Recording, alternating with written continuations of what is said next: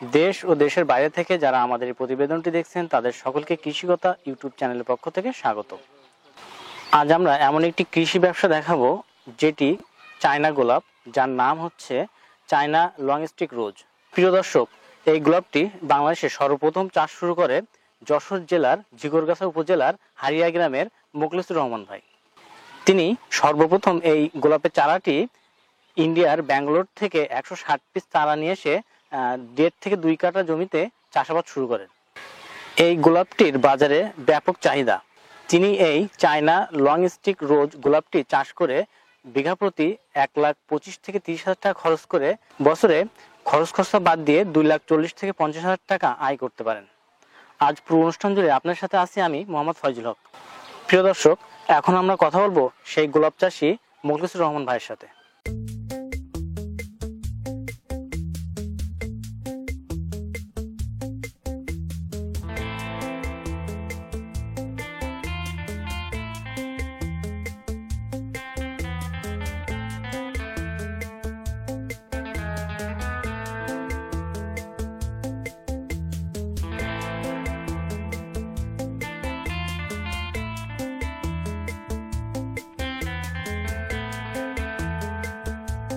মোখলেছ ভাই, আপনি কেমন আছেন? আলহামদুলিল্লাহ, অনেক ভালো আছি। আপনি কিভাবে এই চায়না লং স্টিক রোজ চাষে উদ্বুদ্ধ হলেন? আমি মূলত শাহবাগ আগারগাঁও ফুল মার্কেটে থাকি, কাজ করি। কাজ করার পরে মনে করেন এই ফুলটা চায়নার থেকে, এই জাতটা লং স্টিক রোজ জাতটা চায়নার থেকে আসার পরে মনে করেন আমি ফুল বিভিন্ন কালার, এই জিনিসটা দেখে আমার মনে একটা মানে আকাঙ্ক্ষা জাগলে যে এই ফুলটা যদি এই বাইরের দেশটা আসে তা আমাদের দেশে হয় কিনা, আমি একটা দেখি এটা টেস্ট শুরু হয় কিনা তো দেখি। তখন আমি এই জাতটা আবার বেঙ্গালুরু আবার নিয়ে গেছে ইন্ডিয়ান থেকে যাওয়ার পরে এবার আমরা ওই বেঙ্গালুরু থেকে 160 পিস এলসির মাধ্যমে, আমাদের যে ফুল আসে এলসির মাধ্যমে 160 পিস এই ফুলের চারা আমি নিয়ে আসি। এনে আমি প্রথম এই ফুলের চাষটা শুরু করি। প্রাথমিক পর্যায়ে কতটুকু জমিতে এই ফুলের চাষ করেন? প্রাথমিক পর্যায়ে আমি 160 পিস যে ফুলের জাত নিয়ে আসছি এনে 1 থেকে 1.5 কাঠা জমিতে ফুলের চাষ শুরু করি। এখন বর্তমানে আপনি কতটুকু জমিতে এই ফুলের চাষ করতেছেন? এখন বর্তমানে আমার টোটালে চাষ হচ্ছে আপনার এই গোলাপ আছে 6 বিঘে, তার ভিতরে আপনার এই লং স্টিক রোজ চায়না এটা আছে 5 বিঘে। চায়না লং স্টিক রোজ চাষ করতে বিঘা প্রতি আপনার কেমন খরচ হয়? এই লং স্টিক রোজ চাষ করতে গেলে বিঘা প্রতি প্রথম বছরই 1,15,000 থেকে 20,000 টাকা খরচ হয়।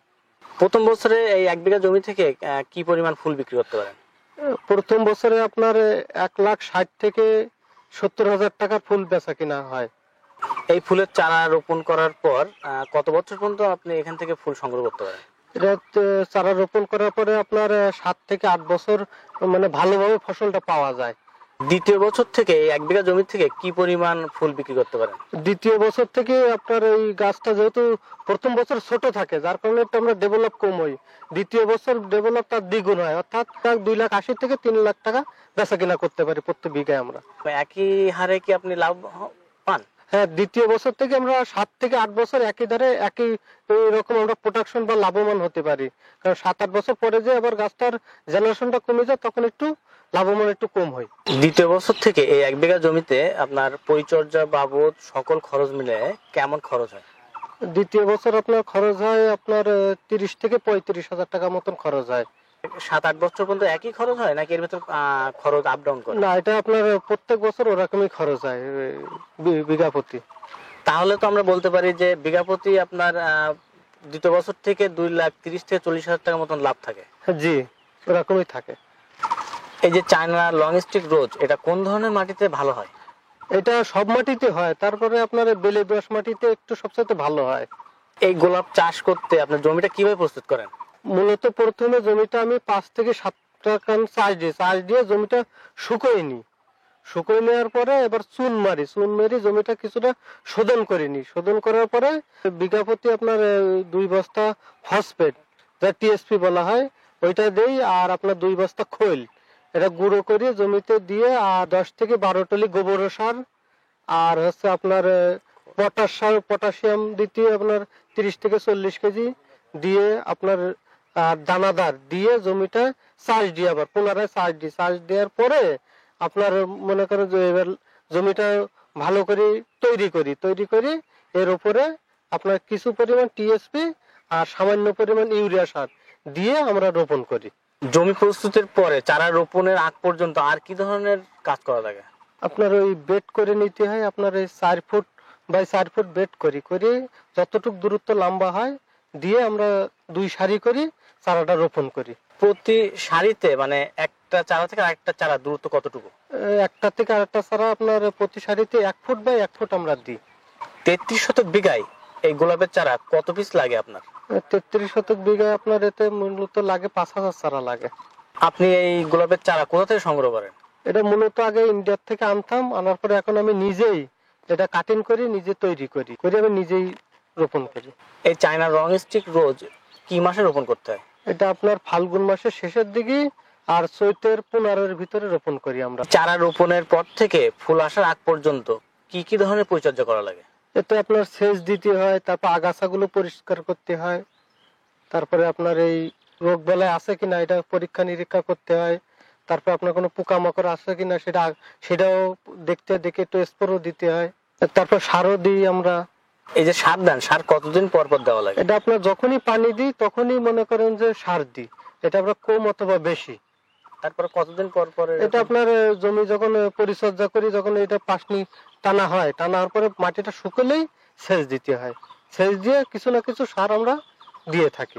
বিঘা প্রতি কিস্তিতে কি পরিমাণ সার দেন? বিঘা প্রতি কিস্তিতে আপনার 20 থেকে 25 কেজি করে সার দিই, আর কোনো সময় একটু কমও দিই। এক সময় এক ধরনের সার দেওয়া লাগে। কি কি ধরনের সার দেন? এটা আপনার মূলত টিএসপি দেওয়া হয়, বিঙ্গো পাউডার দিই, তারপরে আপনার যাতে এটা আপনার পোকামাকড় আক্রান্ত না হয় যার কারণে আপনার কিছু কীটনাশক দেওয়া পরে। আপনি যে বললেন স্প্রে করেন, স্প্রেটা কতদিন পর পর করেন? স্প্রেটা আমি এসে ভুঁইতে পরীক্ষা করে দেখি যে এখন স্প্রে করার যখনই সময় হয় তখনই আমি স্প্রেটা দিই। এটা আপনার 15 দিন পরে হতে পারে, 20 দিনের পরে হতে পারে, আবার 1 সপ্তাহ পরে হতে পারে। এক সময় এক আবহাওয়া এক রোগ বেলায় আসে, তো আমি দেখি শুনি যখন যেটা লাগে তখন সেই স্প্রেটা দিই। ফুলে কি ধরনের রোগ বালাই মানে সম্মুখীন হন? সম্মুখীন মূলত এটা এই মাকড় জাতীয় একটা রোগ আছে, ওই রোগটা আসে এই গোলাপে অন্তত। আর আছে আপনার দরা পোকা জাতীয় একটা পোকা আছে, ওইটার জন্য স্প্রে দেওয়া লাগে। গাছে কলি আসার পরে আর কি ধরনের পরিচর্যা করা লাগে? কলি আসার পরে আপনার ফুলটা যখন কলি আসে তখন আপনার এটা এই ক্যাপটা পরানো লাগে, বুঝছেন, কলি অবস্থা পরানো লাগে। আপনার এই চায়না লং স্টিক রোজের মোট কয়টি কালার আছে? 12 থেকে 15টি কালার আছে আমার কাছে মূলত। আপনার চারা রোপণের কতদিন পরে আপনি এই ফুল সংগ্রহ করতে পারেন? চারা রোপণের আপনার 3 থেকে 3.5 মাসের পরে ফুল আমি সংগ্রহ করতে পারি, কারণ ফুলটা বয়স একটু ছোট হয়। আচ্ছা, প্রথম পর্যায়ে ফুল তোলার পরে মানে কতদিন পর পর আবার আপনি ফুল তুলতে পারেন? এটা সপ্তাহে আপনার 3 দিন 4 দিন ফুল সংগ্রহ করা লাগে। আপনি এই ফুল পিস প্রতি কত দরে বিক্রি করেন? পিস প্রতি আমরা পাইকারি বর্তমানে 25 থেকে 30 টাকা বিক্রি হচ্ছে। এখন ভ্যালেন্টাইন্স ডে যেহেতু, এরপরে আপনার রেগুলারলি 15 থেকে 20 টাকা বেচা কিনা হয়। এই ফুলগুলো কোথায় বাজারজাতকরণ করেন? এই ফুলগুলো মূলত আপনার ঢাকা, শাহবাগ, আগারগাঁ, আপনার চিটাগাং, এইসব জায়গায় মূলত আমি ফুলগুলো সাপ্লাই দিয়ে থাকি। বিঘা প্রতি মাসে কি কত টাকার ফুল বিক্রি করা সম্ভব? বিঘা প্রতি 25 থেকে 30 হাজার টাকা ফুল বেচা সম্ভব। আপনি এই যে 6 বিঘা জমিতে গোলাপের চাষ করেন, তার ভিতরে 5 বিঘা জমিতেই চাষ করেন হচ্ছিল আপনার চায়না লং স্টিক রোজ। তো এই চায়না লং স্টিক রোজ থেকে 5 বিঘা জমি থেকে বছর শেষে সকল খরচ বাদ দিয়ে কত টাকা লাভ করেন? 5 বিঘা লং স্টিক রোজে মিনিমাম 12 থেকে 13 লাখ টাকা লাভ্যাংশ পাচ্ছি। আর যেটা নরমাল গোলাপ 1 বিঘা, এটা 50 থেকে 60 হাজার টাকা আমি লাভ্যাংশ পাচ্ছি। কেউ যদি স্বল্প পরিসরে এই ফুল চাষ করতে চায় সেই ক্ষেত্রে কিভাবে শুরু করবে? মূলত এটা আপনার প্রথমে আপনার 2 কাঠা 5 কাঠা কি 1 বিঘাও প্রথমে চাষ করতে পারে। আবার এই ফুলটার ব্যাপক চাহিদার কারণে অনেকে ছাদ কৃষি বলে, অনেকে ছাদেও করতে পারবে এই ফুলটা। সেক্ষেত্রে এই চারা কোথা থেকে সংগ্রহ করবে? এই যদি স্বল্প মূল্যে এই জমিটা চাষ করতে হয় তাহলে আপনার ইন্ডিয়ার থেকে চারা আনতে পারে বা চায়নার থেকে সামরিকভাবে চারা আনতে পারে, অথবা আশেপাশে কোনো নার্সারিতে আমরা যেগুলো সেল দিচ্ছি ওই জায়গার থেকে চারা ওনারা সংগ্রহ করে এই চাষ শুরু করতে পারবে। আমাদের কৃষিকতা ইউটিউব চ্যানেলকে সময় দেওয়ার জন্য আপনাকে অনেক ধন্যবাদ। আপনাকে অনেক ধন্যবাদ ভাই।